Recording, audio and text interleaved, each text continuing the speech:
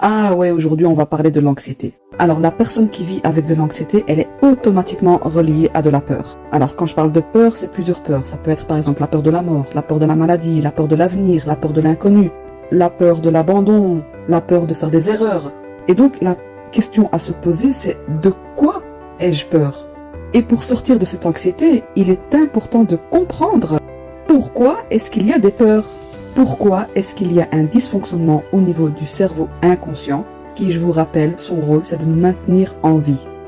La question que tu dois te poser également, c'est qu'est-ce qui a déclenché cette peur? Depuis quand tu es anxieux? Et en fait, que ce soit pour les angoisses ou l'anxiété, certes, c'est désagréable à vivre, mais ce qu'il faut se dire, c'est qu'il y a un signal d'alarme, qu'il y a un dysfonctionnement quelque part, et qu'il est temps d'aller le régler. Il y a un conflit inconscient qu'il est temps d'aller comprendre.